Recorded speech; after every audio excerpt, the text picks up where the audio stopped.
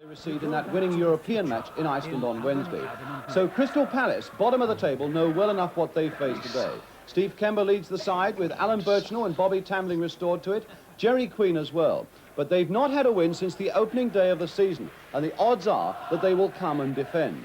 Referee today, David Smith of Gloucester. So Crystal Palace get us away in this game at White Hart Lane, defending the goal to our right. Palace in yellow shirts with blue shorts, Spurs in their customary white with black shorts. And I suppose if you're watching on black and white receivers, there is a similarity.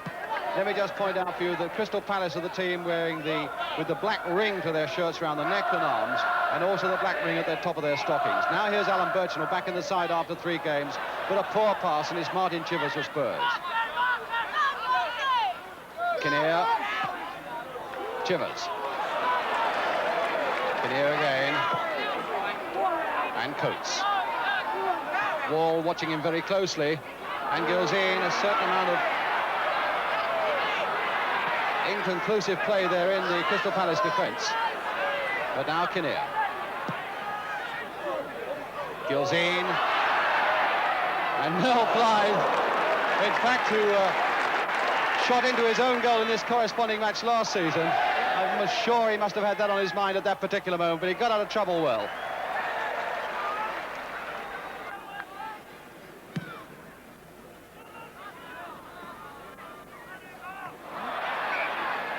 Foul that time by Blythe on Chivers, but the referee in fact is, well, the ball is in the net, but the whistle had gone. Really smacked it past Jackson, but long after the whistle had gone for this free kick. And that's how it is from behind Jackson's goal, almost a central position, some 25 yards out. Played by Peters there for Knowles to bang one and well wide. 2 skippers, Steve Kember and Alan Mullery. Here's Stevie Kember, who was in fact married earlier this month.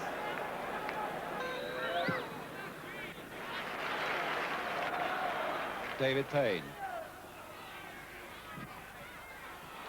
Peters, harassed by Payne, but very neatly found Gilzean. Gilzean bundled unfairly off the ball by Hoadley. And the referee not happy with a little piece of gamesmanship there by Hoadley. And the book, is it coming out? It looks as though the book is out. And Hoadley's name goes into the book. So a free kick now to Spurs. Gilzean taking a bit of a buffeting there. Peters! Oh my goodness, just over that Crystal Palace crossbar with a really tremendous shot by Peters. But it's Spurs' throw, and the first long throw of the match we've got from Martin Chivers. Gilzean at the near post as ever. And nodding it on. Peters now jockeying for a position there. And Mullery to blast it but well wide.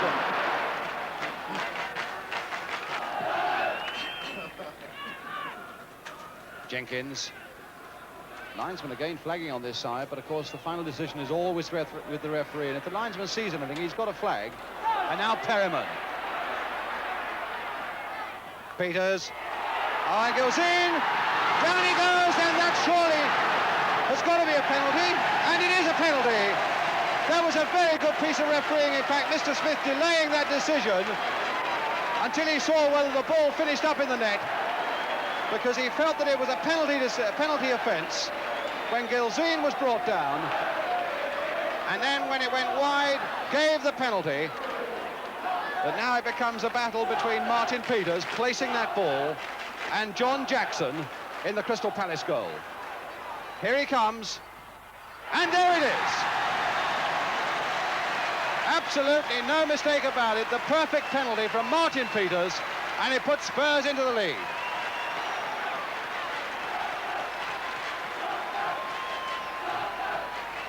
Beautifully placed there, side-footed by Martin Peters.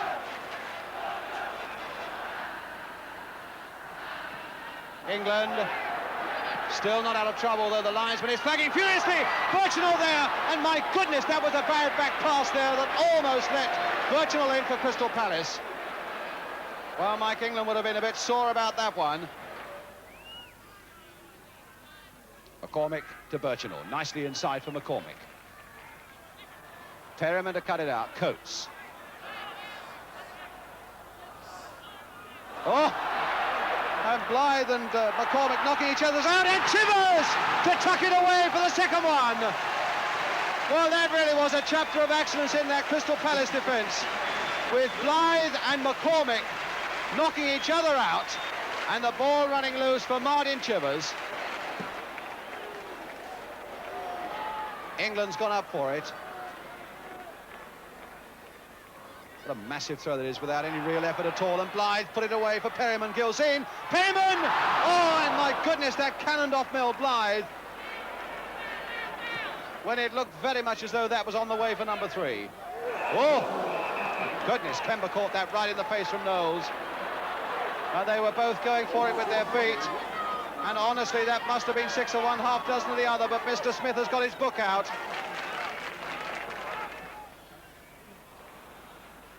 Coates the worker, to Mallory the skipper, and now Kinnear. Turning again, Gilzine just getting a foot to it. Chivers to knock it down for Perryman. Gilzine. Flick through there, and will it go? No, it won't. Perryman again, playing with Crystal Palace, and Mallory to really hammer that one. They toyed with Crystal Palace once, twice and again, and then out it came to Mallory. A fine goal for Tottenham and their third. And when Mallory hits them, they really stay hit. And nobody could testify to that more than John Jackson. And there's the final whistle, and on the evidence of the second half, comfortable and a well-deserved win by Spurs. Martin Peters, who got him on the way with that penalty, Martin Chivers, who added the second one, and Alan Mallory, who added a really extravagant third one after they'd really toyed with the Crystal Palace defence. So then a comfortable victory in the end for Spurs, and a final scoreline that reads Spurs 3, Crystal Palace 0.